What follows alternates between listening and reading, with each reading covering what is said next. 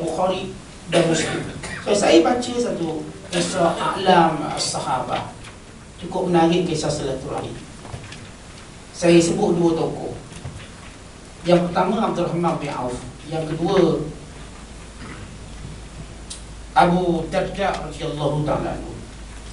Cerita Abdurrahman ni saudara. Satu hari Abdurrahman ni berbalah dengan Talha bin Ubaidillah.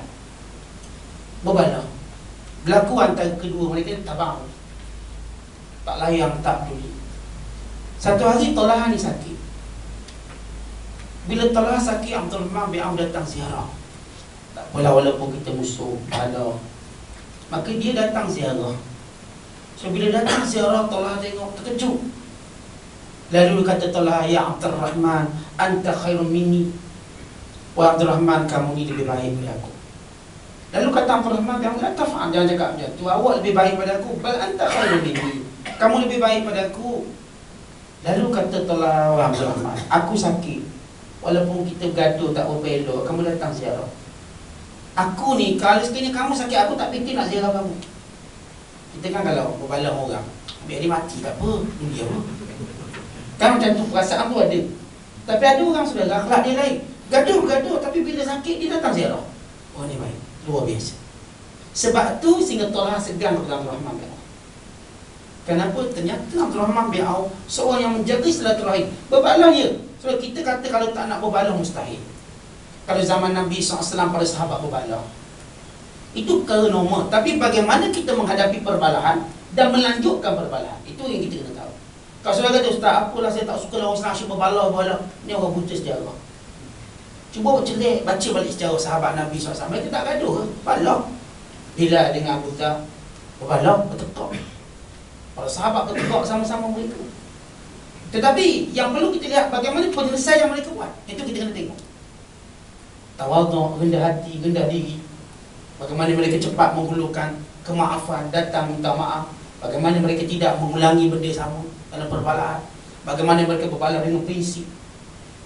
Yang sudah berbalah ni boleh, tapi prinsipnya mana? Kalau kita kata hari ni, Ustaz, orang Islam macam mana nak maju? Berbalah. Saudara, kalau saudara buka sejarah Islam, sejak bila orang Islam tak berbalah? Zaman Umayyah, peperangan turun meletup antara orang Islam sesama mereka, tetapi Islam dapat disebarkan. Zaman Abdul Malik bin Marwan, perang berlangsung sesama orang Islam, antara Khawarij, antara Syiah, berperang, tak pernah berhenti. Dia hanya berhenti sekejap 2 tahun zaman Umar bin Abdul Aziz.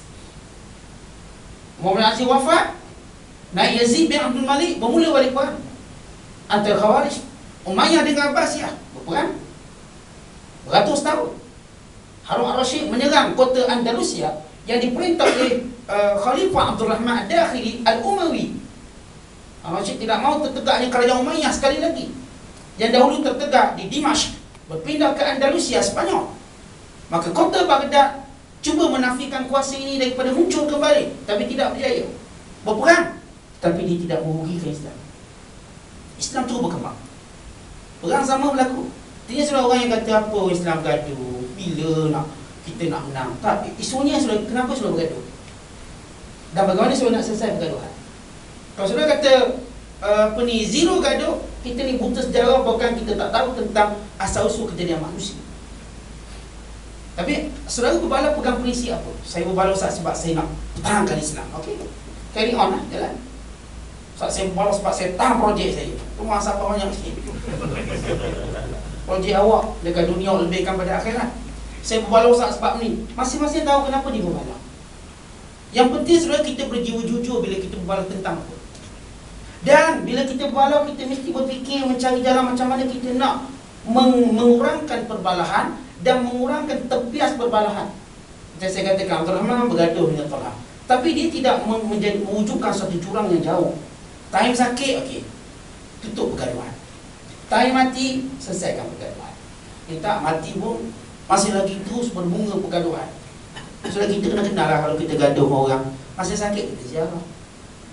Bahkan satu sejarah agung umat Islam, Salahuddin perang Hercules, perang dengan apa ni, Richard the Lion.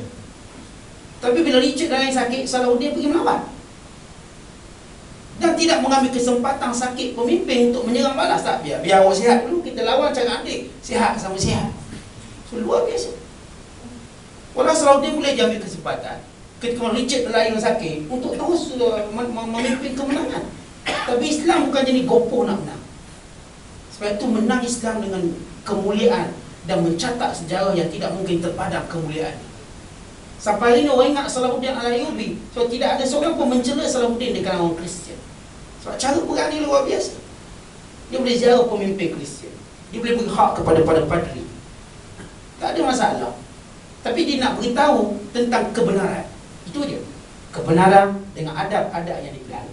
Sebab itu sebenarnya kalau kita kata tak berbala, mustahil. Dan soalnya jangan isu sebab orang Islam berbala lah kita lemah, tak. Isunya sebab kita tak reti nak selesaikan masalah perbalaan. Itu dia. Berbala kekal sampai kiamat. Dia akan kekal sampai kiamat. Mesti ada perbalaan. Tak payah cerita jauh, tak payah cerita mazhab. Kita jiran sebelah pun tak selesai. Banyak lagi cerita tak selesai. Apa-apa, rumput, anak-anak, banyak lagi tak selesai. Kita sama-sama meniaga, banyak tak selesai. Sampah dia dekat tempat kita, sampah kita tempat dia. Jadi kalau kita kata, ya, ada orang bercakap terlalu idealistik. Umat Islam berbala mundur ni terlalu idealistik. Mereka lupa dari sudut suasana sebenar. Tapi patut yang umat Islam patut fikir bila mereka berbala. Pertama, prinsip apa yang mereka pertahankan sampai mencetuskan perbalaan. Yang kedua, bagaimana mereka nak minimumkan perbalaan itu. Nak minimum. So kita suami isteri, siapa tak bergaduh suami isteri? Kalau tak bergaduh dipekak atau dibisu. Orang kalau dia ada telinga, dia ada mulut, gaduh. Cuma bagaimana supaya kita tidak membesarkan pergaduhan rumah tangga. Mungkin hari ni, esok tak. Mungkin setakat kita dengan isteri, tapi taklah sampai serang mak tua. Mungkin setakat kita dengan isteri, tapi taklah sampai babitkan anak-anak. Berarti kita ada cara nak limitkan pergaduhan tersebut. Mungkin kita bergaduh, tapi taklah sampai bercerai. Mungkin kita bercerai, tapi taklah sampai berdendam. Di situ kita limit setiap perbalaan. Kerana kita ada akhlak dan kita ada agama. Yang salah dalam Islam pergaduhan yang tak ada batasan.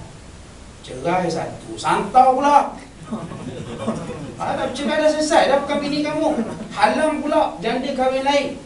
Si janda halang pula suami, bekas suami dia berkahwin lain. Ini yang tidak dibenarkan dalam Islam. Itu tidak ada batasan. Bukan wujudkan perbalahan nombor tua pula dengan anak-anak pula. Colek anak. Report polis apa colek ayah ni colek. Buat malu je. Polis nak siasat pun fikir 10 kali. Nak siasat kan dia siasat. Sebab yang colek ayah dia, yang colek mak dia. So ini satu benda bahan ketawa manusia. Yang tak patut ya, kita patut isteri dah. Suami ambil ya, okey ya. Dapat kita berjangak balik. Kalau isteri, kalau suami, isteri colek anak, biarlah dia colek anak dia juga, bukan anak kita seorang. Dia colek sampai masa dia sakit kepala dia bagi balik. Dia colek dia tak minta wang tebusan. Dia colek dia nak beri kasih sayang. Tu je. Nak bawa sakit hati sikit, tu je, bukan banyak sangat. Benda-benda seperti ni so, kalau kita tahu perbatasan dan juga had bergaduh, insya-Allah ia tidak akan lanjutan. Ini kisah Abdul Rahman. Dan lihat kisah sahabat yang bernama Abu Darda radhiyallahu taala anhu. Dari sudut persaudaraannya, saudara, silaturahimnya, bagaimana dia dalam solat, kata Ummu Darda, dia mendoakan untuk sahabat-sahabatnya selama 360 orang. Ini disebut dalam kitab A'lam As-Sahabah oleh Al-Marhum Sayyid. Mana beliau tengah semayang, saya duk ingat fulan bin fulan bin fulan bin fulan. Kata Ummu Darda, suamiku ada 360 kekasih dan saudara seagama yang dia doakan dalam sembahyangnya. Sebab tu sujudnya lama. So kita tak payah sebut 360. Kalau kita dapat sebut 3-4 orang pun okey. Kita sebut mak kita, ayah kita, pak saudara kita, cukup okey. Itu silaturahim. Kalau dia mati, saudara dihubungkan dengan doa. Apatah lagi kalau saudara ada kawan-kawan rapat, mesra. Kalau kita solat, kita ingat, ya Allah, fulan bin fulan duduk bersama dengan aku, tapi dah pergi. Ataupun misalnya makin berundur daripada hidayah, mohon diberi hidayah. So kalau kita untukkan silaturahim dengan cara macam tu, ia menandakan keikhlasan. Silaturahim ini kalau dihubung cara macam ni, doa di belakang member, belakang kawan, dalam solat, ia keikhlasan. Kalau macam ni, insya-Allah persaudaraannya sampai hari akhirat kelak. Orang inilah yang dibanggakan oleh Allah SWT. Tuhan panggil, ainal muthabuna bi jalali al-yawma udhilluhum yawma la dhilla illa dhilli. Mana dia? Dahulu orang yang di dunia berkasih sayang kerana aku, datang ke sini, aku nak payung dan lindungi dia dengan payunganku, lindunganku, padahal tidak ada perlindungan melainkan perlindunganku. Allah panggil dia, panggil. Jadi kalau kita nak dapat keikhlasan bersaudara, doa untuk saudara kita. Bukan sekadar doa saudara kat Palestin, Chechnya, bukan setakat tu. Bukan doa lah jiran saudara kita. Doa lah rakan niaga kita, rakan satu syarikat dengan kita. Kalau kau saudara dengki pada seseorang, walau dia Islam, doakan kebaikan untuk dia, akan hilang dengki dia. Dia bersaing kita, tapi doakan kebaikan untuk dia. Itu cara kita mendidik akhlak dan kepribadian Islam yang baik. Kemudian di antara kelebihan lagi ialah memberi makan.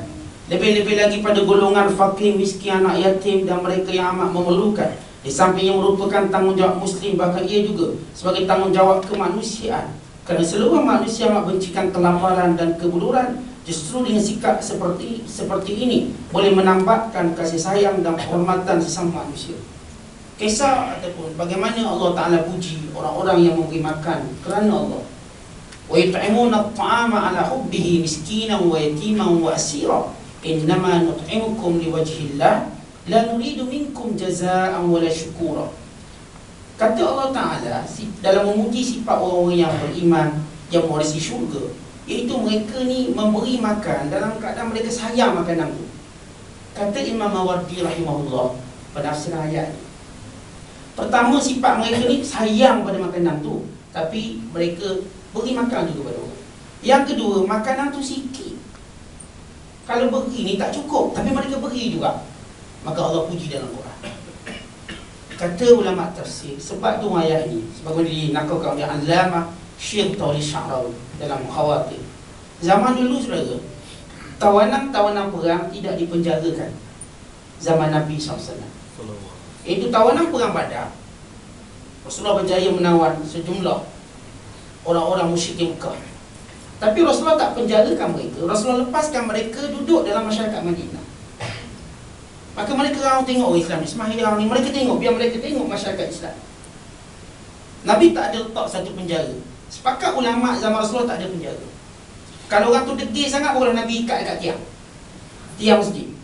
Sebagaimana berlaku pada seorang sahabat yang akhirnya menjadi sahabat, Sumamah bin Uthal radhiyallahu ta'ala anhu. Sebab tu samsing sangat. Maka Rasulullah ikat kat tiang 3 hari. Tapi ikat pun masa makan lepas. Lepas dengan tangan-tangannya. Kalau nak berak kencing, dilepaskan dengan keadaan dia seperti merdeka. Dan diberi makanan yang baik-baik kepada Sumamah bin Uthal, yang mana Sumamah setiap hari tengok orang Islam solat, akhirnya dia masuk Islam. Tapi tawanan perang Badar disuruh Nabi lepaskan dia.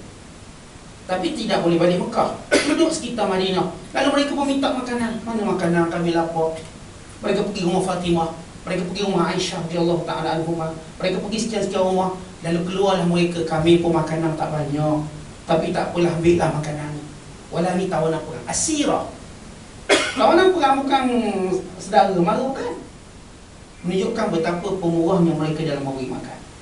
So kalau kita baca sejarah Islam, antara sahabat yang hebat ialah Abdul Rahman bin Auf. Antara hebat Abdul Rahman bin Auf, penduduk Madinah ni, kata Talha bin Abdullah bin Abdul Rahman, semua penduduk Madinah ini keluarga Abdul Rahman, semua.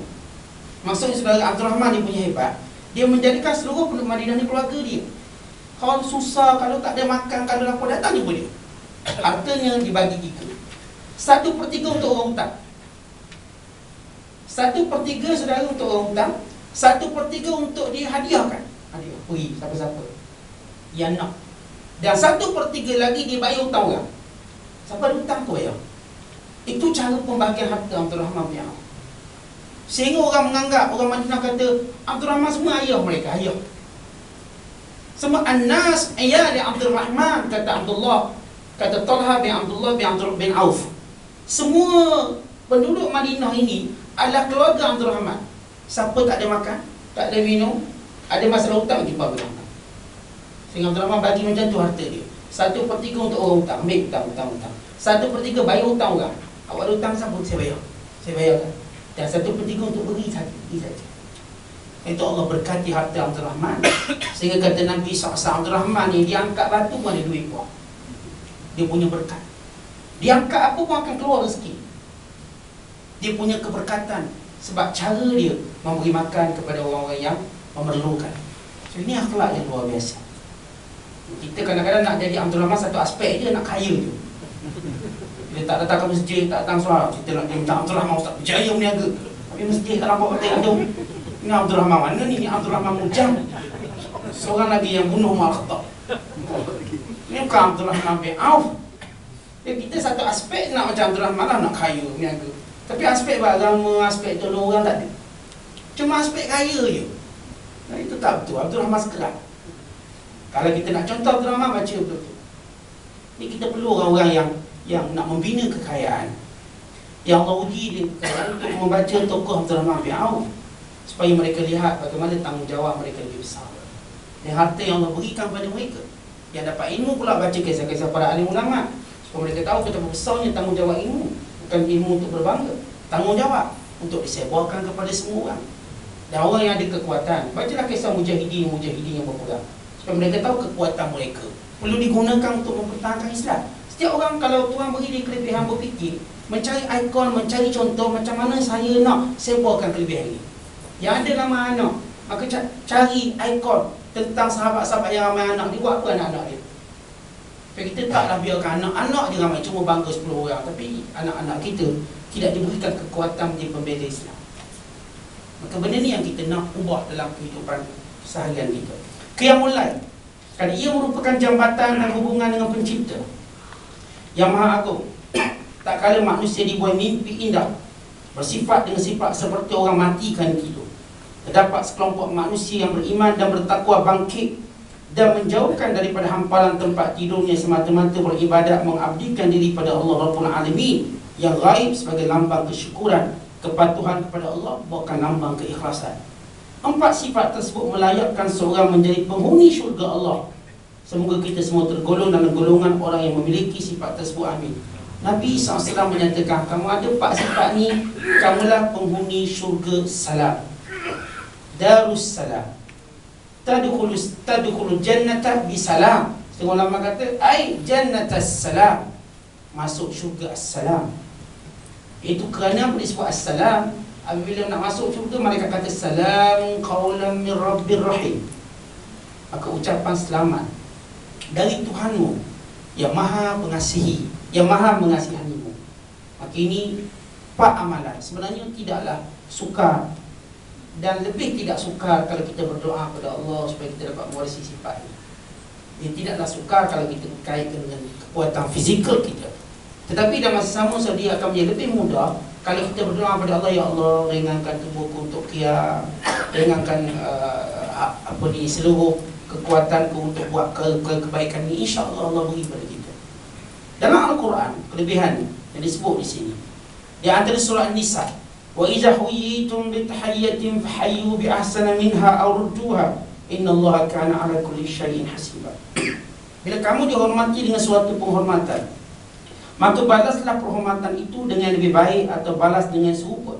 Sesungguhnya Allah menghitung segala sesuatu. Kata Sabuni, bila seorang memberi salam ke atas kamu, maka hendaklah menjawab dengan lebih baik apa yang diberikan atau seumpamanya. Kalau orang sebut Assalamualaikum, jawab Waalaikumsalam sepertinya, atau lebih baik Warahmatullah sepertinya, atau lebih baik pada itu. Bukan Nabi SAW pernah diriwayatkan ada seorang badui pengembala kambing. Dia jarang jumpa Rasulullah SAW. Tahu orang kalau jarang jumpa orang glamour, orang popular, maka kalau jumpa sekali seronok dia lain. Orang selalu jumpa ni biasa dia. Maksudnya kalau kita andaikan orang glamour lah, tapi pada sahabat setiap hari luar biasa. Dan mereka mencintai Nabi SAW. Orang badui ni tengok Nabi SAW, dia kata Assalamualaikum warahmatullahi wabarakatuh. Dia beri habis, lekat ke dinding doa ni. Dan Nabi SAW kalau lekat ke dinding, berarti tak ada lebih panjang pada itu. Nabi akan sebut Waalaikumsalam warahmatullahi wabarakatuh. Tapi oleh kerana badui ini jarang jumpa Nabi SAW, apa Nabi jawab? Nabi kata Waalaikumsalam warahmatullahi wabarakatuhu wa maghfiratuhu wa ridwanuhu. Ya Rasulullah, panjangnya tak pernah dengar kami, tak pernah dengar. Dia kan sahabat dia paling panjang Nabi SAW sebut warahmatullahi wabarakatuh. Stop, itu paling panjang. Lalu kata Nabi SAW, kerana dia membawa pahala untuk berbelas orang di belakangnya. Apa maksudnya saudara? Dia gembala kambing sebab dia gembala kambing, dia mengembala kambing untuk para sahabat. Sebab dia kepada Nabi, sahabat-sahabat Nabi ada peluang banyak bersama Nabi SAW. Maka dia tak berpeluang banyak. Maka itu untuk dia. Kerana dia memberi peluang belas orang untuk mendampingi Nabi SAW kerana dia bekerja. Ini macam contohlah saudara pemilik restoran. Dulu kita masak tak ada, pergi kuliah. Hari ni ada pekerja, kita boleh pergi kuliah. Sebab dia kita boleh pergi kuliah. Maka dia ada kebaikan dia. Itu kita kena faham ke dia lah, kebaikan awak. Sebab awak saya sempat pergi kuliah, sempat untuk buat itu dan ini. Jadi orang ni dia nak pergi jumpa Nabi SAW. Bila itu je peluang dia. Maka Rasulullah beri salam lebih sikit. Ini kisah menarik tentang seorang sahabat Badui ataupun penjaga kambing yang mendapat doa yang paling panjang. Tetapi doa itu tidak disunatkan untuk kita semua. Hanya khusus untuk Nabi SAW pada orang itu. Asal yang tambah, Waalaikumsalam warahmatullahi wabarakatuh, wa maghfiratuhu, wa fadluhu wa karamuhu wa juduhu. Oh, mengaji syarat penuh. Bid'ah lah bid'ah. Saya dulu buatlah masa mula-mula mengaji syarat. Bila kita tahu benda itu tak disyariatkan, kita stop. Ada orang negatif syarat, dia boleh sambung, tambah sampai tak berhenti bercakap. Itu kelebihan negatif bersyarat lah. Tapi sampai warahmatullahi wabarakatuh, stop. Lain bid'ah. Tak lagi disunatkan. Lafaz-lafaz tersebut tak ada makna, tak ada kelebihan. Firman Allah Ta'ala